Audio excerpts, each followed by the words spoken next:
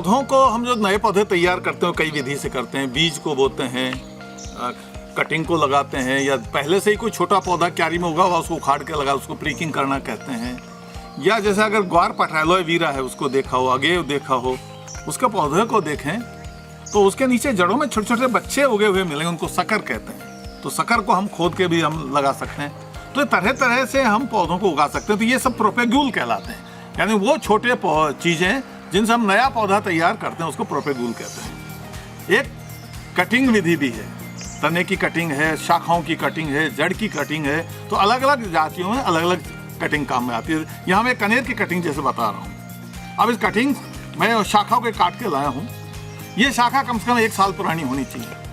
अभी इसी साल बनी है, ऊपर से हरी दिख रही है, ऐसी कटिंग नहीं। अब वो इस कटिंग को देखिए, नीचे इसका रंग चेंज हो गया, हरापन नहीं है, लेकिन ऊपर इसमें हरा रंग है। तो ये कटिंग ऊपर जो हरा है ये सही नहीं है, जिसमें रंग बदल गया है, हरा रंग गायब हो गया है और कुछ कुछ ग्रे कलर हो गया। ये इसका मतलब ये कम से कम 1 साल पुरानी कटिंग है। इस कटिंग को मैं काम में लूँगा। कटिंग को जब काटें तो ध्यान रहे कि उसको तिरछा काटें, कलम की तरह। देखिए मैंने यहाँ तिरछा कट लगाया है, तो एक तरफ ज़्यादा पैनी है, एक तरफ वो तिरछी हो गई है। ये जो तनिया है, शाखा है, ये कम से कम आप कटिंग काटें 6 इंच से छोटी नहीं काटें। 6 इंच से लेके 9 इंच तक की लंबी आपकी कटिंग होनी चाहिए और कटिंग तिरछी लगनी चाहिए। अब मैंने देखिए इसको फिर मैं काटता हूँ और ये तिरछा मैं काटता हूँ। तिरछा काट होना चाहिए। ये देखिए तिरछा काटा है, दोनों तरफ से तिरछा काटा है। और ये सूखे नहीं, ये सब छाया में बैठ के काम करना है। और इसको एक पानी में आप डाल दें। ध्यान रहे फिजियोलॉजिकल लोअर एंड ये है, ये फिजियोलॉजिकल अपर एंड है, यानी कि ये इसका प्राकृतिक निचला छोर है, ये प्राकृतिक ऊपरी छोर है। निचले छोर को कैसे पहचानूंगा? ये ऊपर वाले से थोड़ा सा मोटा होता है, डायामीटर ज़्यादा होता है इसका, इससे पता लग जाएगा। तो पानी में उल्टा करके नहीं लगाना है, ना तो कटिंग को उल्टा पकड़ना है, ना उल्टा लगाना है, ना उल्टा खड़ा करना है, सीधा खड़ा करना है। यानी कि फिजियोलॉजिकल लोअर एंड, प्राकृतिक कुदरती निचला हिस्सा, इसको पानी में खड़ा कर दें। इससे फायदा क्या होगा? जो काम जड़ कर रही थी अब ये निचला हिस्सा करेगा, ये पानी सोख रहा है। नहीं तो अगर आप इसको यूं ही पटकने तो डिहाइड्रेट हो जाएगी, इसका पानी बाहर निकल जाएगा। बेटर है कि आप एक गिलास जैसा जार रखें ताकि ये ज्यादा उसमें पानी में सीधा खड़ा रहे। इस तरह आप जितनी कटिंग एक से हो सकती है वो कटिंग काट लीजिए। आप देखिए ये मैंने काटा, ये इससे अलग हुई है, यहाँ से अलग हुई है। ये फिजियोलॉजिकल अपर एंड है, लेकिन इससे अलग होते अब ये फिजियोलॉजिकल लोअर एंड हो गया है। ध्यान रहे, ये जब तक जुड़ा हुआ था ये अपर है, लेकिन इसका ये लोअर हो गया है। इसको भी लोअर एंड को भी नीचे करें। इस तरह जितनी कटिंग आप काट सकते हैं उतनी आप कटिंग इसमें से छोटी नहीं काटनी है। कई बार नंबर बढ़ाने के लिए हम छोटी काटने लग जाते हैं, ऐसा नहीं करना है। एक चीज और ध्यान रखें, हर कटिंग में जहां से पत्ती निकलती है उसको कहते हैं गांठ, नोड। ये नोड है, ये नोड है, ये नोड है। नोड के बीच की जगह को कहते हैं इंटरनोड। कोई भी कटिंग ऐसी नहीं होनी चाहिए जिसमें 3-4 नोड से कम नहीं होने चाहिए, क्योंकि कम से कम 2 नोड जमीन में जानी चाहिए, क्योंकि नोड से ही जड़ निकलती है, नोड से ही पत्ती निकलेगी। नोड है ही नहीं, आपने इंटरनोड कर दिया और इंटरनोड को मिट्टी में घुसा रहे हैं तो जड़ नहीं निकलेगी और उसमें पत्ती कैसे निकलेगी? तो कम से कम 2 नोड नीचे, 2 गांठ नीचे जानी चाहिए और 2 गांठ कम से कम हवा में रहनी चाहिए।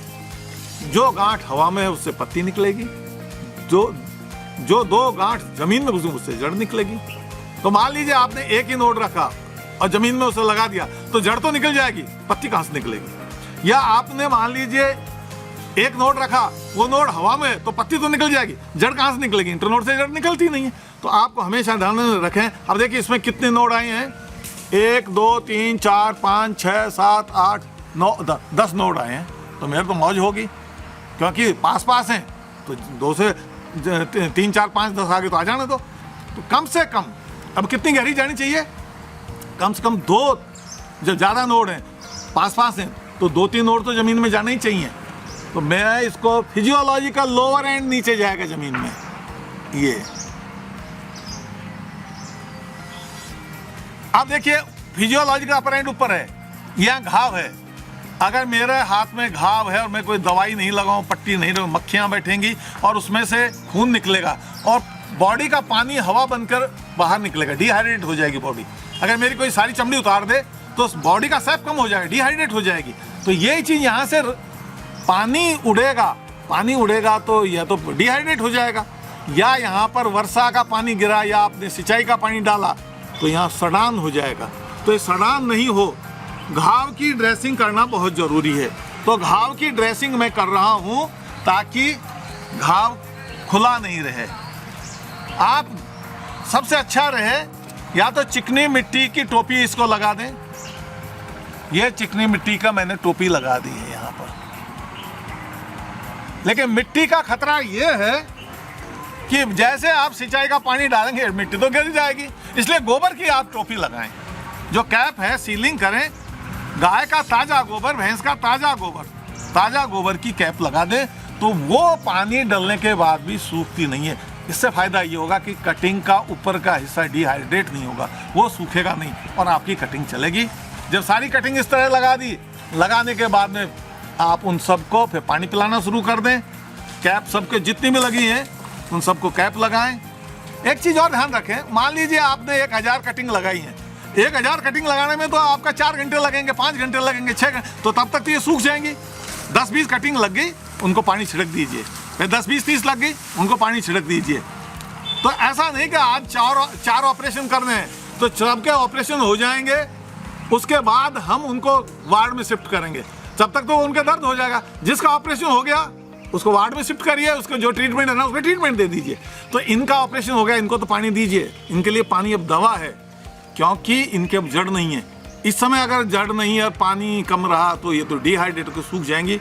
इसलिए कटिंग को आपको नियमित पानी देना है, दिन में 2 बार पानी देना है। बीज बोए हैं उनको भी दिन में 2 बार पानी देना है, जब तक कि वो उग नहीं जाए। और हर दिन हल्का हल्का सुबह शाम पानी हमको देते रहना चाहिए। इस तरह आप कटिंग को लगा सकते हैं। एक दिन उतनी ही कटिंग लगाइए, काटिए जितनी उस दिन लगेंगी। आप मान लिया आपने 2000 कटिंग काट ली और आज लगेंगी 100 ही, शाम हो रही है तो ये तो रात भर पटी कटिंग खराब हो जाएंगी। ध्यान रहे उतने ही कटिंग, उतना ही मटेरियल लाइए जितना आज कटिंग लग सकती हैं। कल वापस से नया फ्रेश मटेरियल ले आइए, वरना पौधे कटिंग डिहाइड्रेट होकर आपके पौधे नहीं पनपेंगे। तो ये कटिंग मेथड है। ऐसे कुछ कई पौधों की जड़ें भी कटिंग का काम वो कर देती हैं। जैसे नीम चमेली की जड़ की आप कटिंग की तरह लगा सकते हैं। उसकी जड़ आप खोद के ले आइए, उनको इसी तरह कटिंग की तरह लगा दीजिए।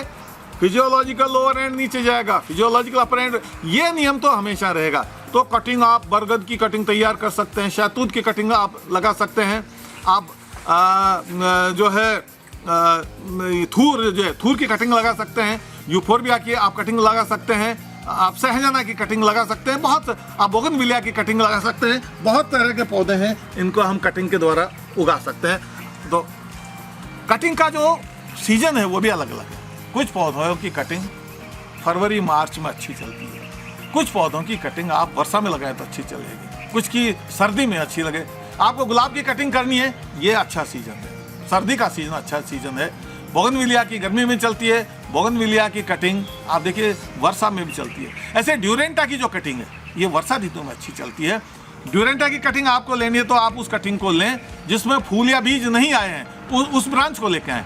क्योंकि अगर फूल और बीज आ गए हैं और फिर आप कटिंग लगा रहे हैं तो कटिंग में स्टोर मटेरियल है ही नहीं, क्योंकि उसने अपना जमा पूंजी बीज और फल फूल बनाने में खर्च कर लिया।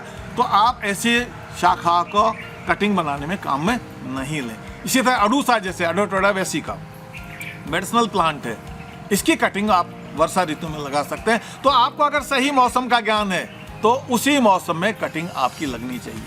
कटिंग से जड़ निकालने में अगर दिक्कत आ रही है, कई कटिंग फुटान नहीं करती हैं, हिलनी नहीं चाहिए, तो एक रूटेक्स नाम का हार्मोन आता है।